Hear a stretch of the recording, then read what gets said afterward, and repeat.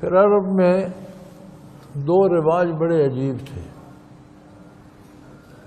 ایک رواج یہ تھا کہ کبھی بیوی سے لڑتے ناراض ہوتے تو طلاق دینے کی بجائے زہار کر لیتے. زہار کیا ہوتا ہے؟ بیوی کو جیسے ہمارے یہاں کو بہن کہہ دے، ماں کہہ دے. عربوں کا طریقہ تھا، وہ کہتے امام تو میری ماں کی پشت کی طرح ہے، یہ تو میری بہن جیسی ہے. اسے اصطلاح شریعت میں زہار کہتے ہیں. اور جب یہ کہہ دیتے تو پھر وہ پکی سمجھتے کہ اب طلاق ہو گئی، میاں بیوی میں علیحدگی ہو گئی، انہیں الگ الگ ہو جانا چاہیے، بیوی اور شادی کر سکتی ہے. دوسرا رواج یہ تھا کہ منہ بولے بیٹے بناتے تھے. جسے بیٹا بنا لیا اسے پھر حقیقی بیٹے کا درجہ مل جاتا تھا، وہ وراثت میں بھی حصہ پاتا تھا. حقیقی بیٹوں پر جو رشتے حلال ہیں اس پر حلال تھے، جو حرام ہے اس پر حرام ہوتے تھے. تو فرمایا یہ باتیں زبانی نہیں ہیں. اللہ پر بھروسہ، زبانی تکبیریں کہتے رہو، اللہ اکبر پڑھتے رہو، اللہ اللہ کرتے رہو، اور عملاً کفر کے ساتھ سمجھوتا رکھو. فرمایا تمہارے سینے میں دو دل نہیں ہیں، ایک ہی دل ہے، ایک ہی طرف رہو گے. زبانی تم جسے بیوی کو ماں جیسا یا بہن جیسا کہہ دیتے اس سے کچھ نہیں بگڑتا. زبانی کہنے سے کچھ نہیں ہوتا، وہ بیوی بیوی ہی رہتی ہے، نہ وہ ماں جیسی بنتی ہے نہ بہن جیسی بنتی ہے، نہ طلاق ہوتی ہے. ہاں یہ کہنے کا گناہ ہے اور اس کا کفارہ ہے، وہ کفارہ تمہیں دینا پڑے گا.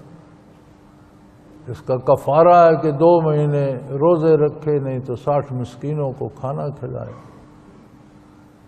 تو کفارہ دے دے تو وہی نکاح درست ہے، بیوی حرام نہیں ہوتی.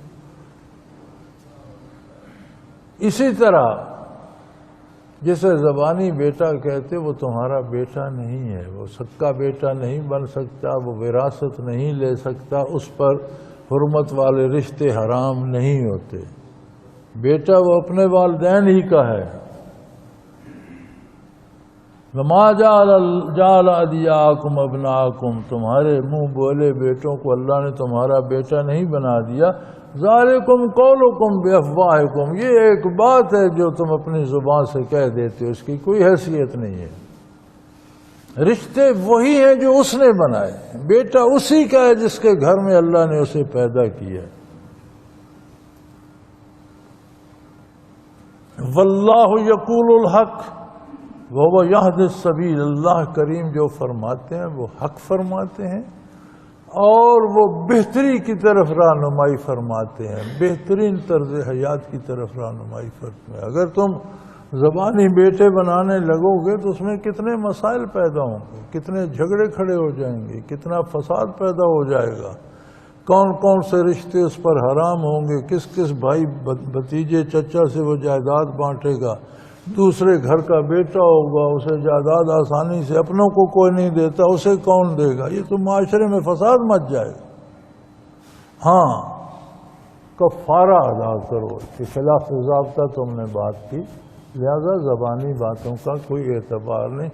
یہ یہاں اس لیے کہہ دی گئی کہ تم جو خود بات کہتے ہو اس کی کوئی حیثیت نہیں ہوتی، اس کے باوجود اس پر جمے ہوئے کہ اظہار ہو گئے تو بیوی کو طلاق ہوگی، حالانکہ ہوتی نہیں.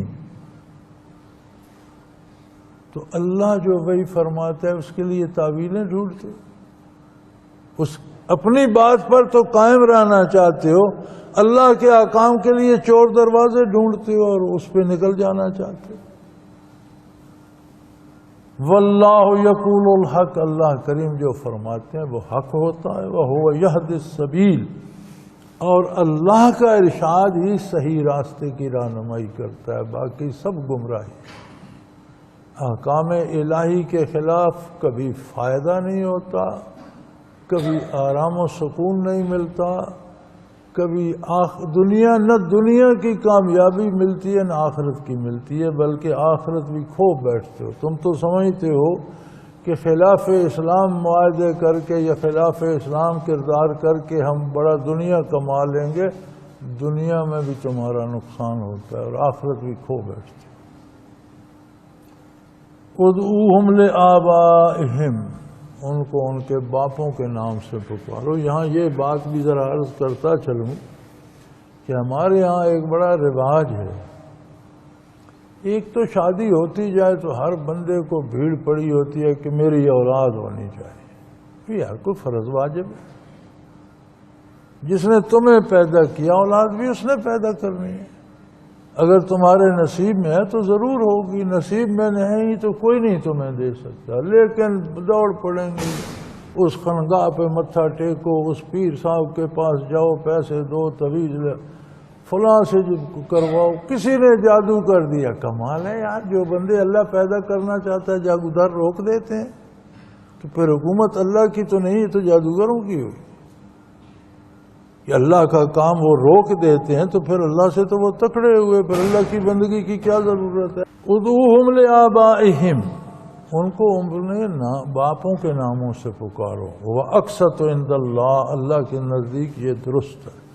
یہاں شروع ہو جاتا ہے، شادی ہو جائے۔ میں نے یہ بھی سنا ہے، ای میل کرتے ہیں خط، جی 3 مہینے ہو گئے شادی ہوئے، میری کوئی اولاد نہیں۔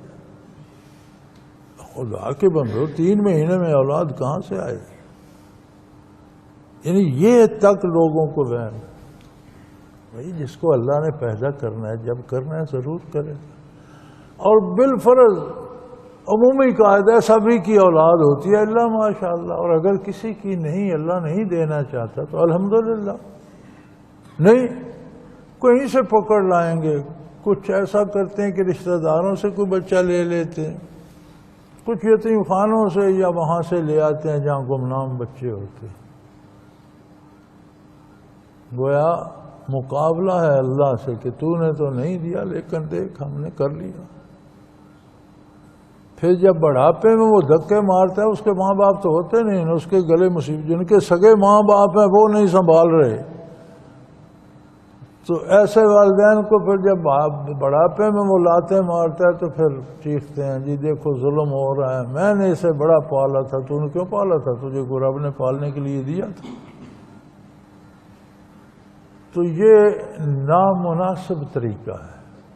پھر اگر لے پالک لے ہی لیتے ہو تو اس کے ساتھ اپنا نام نہ جوڑو۔ کوئی پوچھے تو اسے بتاؤ کہ یہ فلاں کا، جس کا بیٹا ہے یہ اس کا بیٹا ہے، رہتا میرے ساتھ ہے، میں نے اسے بیٹا بنایا ہوا ہے، لیکن اس کا والد، اس کی والدہ فلاں ہے۔ اپنا نام وہاں نہ رکھو، اس لیے کہ اللہ کریم نے جو ضابطے بنائے ہیں وہ معتدل اور مناسب ہیں۔ ادعوہم لآبائہم، جب بات ہو تو اسے اس کے حقیقی باپ کے نام کا نام بتاؤ، اور یہی اللہ کے نزدیک درست ہے۔ فَإِن لَّمْ تَعْلَمُوا آبَاءَهُمْ، کبھی یہ ہوتا ہے کہ کوئی بچہ ایسا تمہارے پاس آ گیا جس کے والدین کی آپ کو خبر ہی نہیں ہے، جیسے یہ یتیم خانوں سے یا لے آتے ہیں، اس عہد میں غلام بنا کر بیچ دیتے تھے، کوئی پتہ نہیں چلتا تھا کہ کون کہاں کا ہے، کیسا ہے۔ فَإِخْوَانُكُمْ فِي الدِّينِ وَمَوَالِيكُمْ، یا تو وہ تمہارا دینی بھائی ہے، اگر مسلمان ہے تو تمہارا دینی بھائی ہے، اسے دینی بھائی کہہ کر پکارو، اپنا بیٹا نہ کہو، بیٹا وہ اسی کا ہے جس کے ہاں وہ پیدا ہوا ہے۔ وَمَوَالِيكُمْ، یا پھر تمہارا دوست ہے، تمہارا ملازم ہے، تمہارا خادم ہے، کیونکہ مولا دوست کو بھی کہتے ہیں، مولا خادم کو بھی کہتے ہیں، مالک کو بھی کہتے ہیں۔ وَمَوَالِيكُمْ، تمہارے تعلق والوں میں سے ہے۔ وَلَيْسَ عَلَيْكُمْ جُنَاحٌ فِيمَا أَخْطَأْتُمْ، اور اس بات میں کوئی گناہ نہیں جو تم غلطی سے کر چکے، حکم نازل ہونے سے پہلے جو ہو چکا سو ہو چکا، اس کی پرسش نہیں ہوگی۔ وَلَيْسَ عَلَيْكُمْ جُنَاحٌ فِيمَا أَخْطَأْتُمْ بِهِ، جو کر چکے ہو اس سے پہلے جو ہو چکا اس کی پرسش نہیں ہوگی۔ وَلَٰكِن مَّا تَعَمَّدَتْ قُلُوبُكُمْ، وَلَٰكِن مَّا تَعَمَّدَتْ قُلُوبُكُمْ، لیکن اب اس کے بعد جو ارادی طور پر کرو گے اس کی جواب دہی ہوگی، اس کی پرسش ہوگی۔ وَكَانَ اللَّهُ غَفُورًا رَحِيمًا، جو غلطی سے کر چکے ہو اللہ بخشنے والا، رحم کرنے والا ہے، وہ اس نے معاف فرما دیا۔ حکم کے نزول سے پہلے جو غلطیاں ہو گئیں ان کا مواخذہ نہیں ہوگا، لیکن اب اگر جان بوجھ کر کرو گے تو اس پر گرفت ہوگی۔ اور پہلی باتیں اس نے معاف فرما دی۔ النبی اولا بالمؤمنین من انفسهم وازواجہ امہاتہم وأولو الارحام بعضهم اولا ببعض فی کتاب اللہ من المؤمنین والمہاجرین الا ان تفعلوا الی اولیائکم معروفا کان ذلک فی الکتاب مستورا۔ فرمایا اور کسی کا کسی پر کیا حق ہوگا کہ آپ نے اسے بیٹا کہہ دیا تو وہ آپ کی میراث لے لے، یا آپ کہ وہ رشتے اس پر حلال حرام ہو جائیں۔ النبی، اللہ کا نبی صلی اللہ علیہ وسلم، اولا بالمؤمنین من انفسہم، اللہ کا نبی ایمان والوں کے لیے اپنی جان سے قریب تر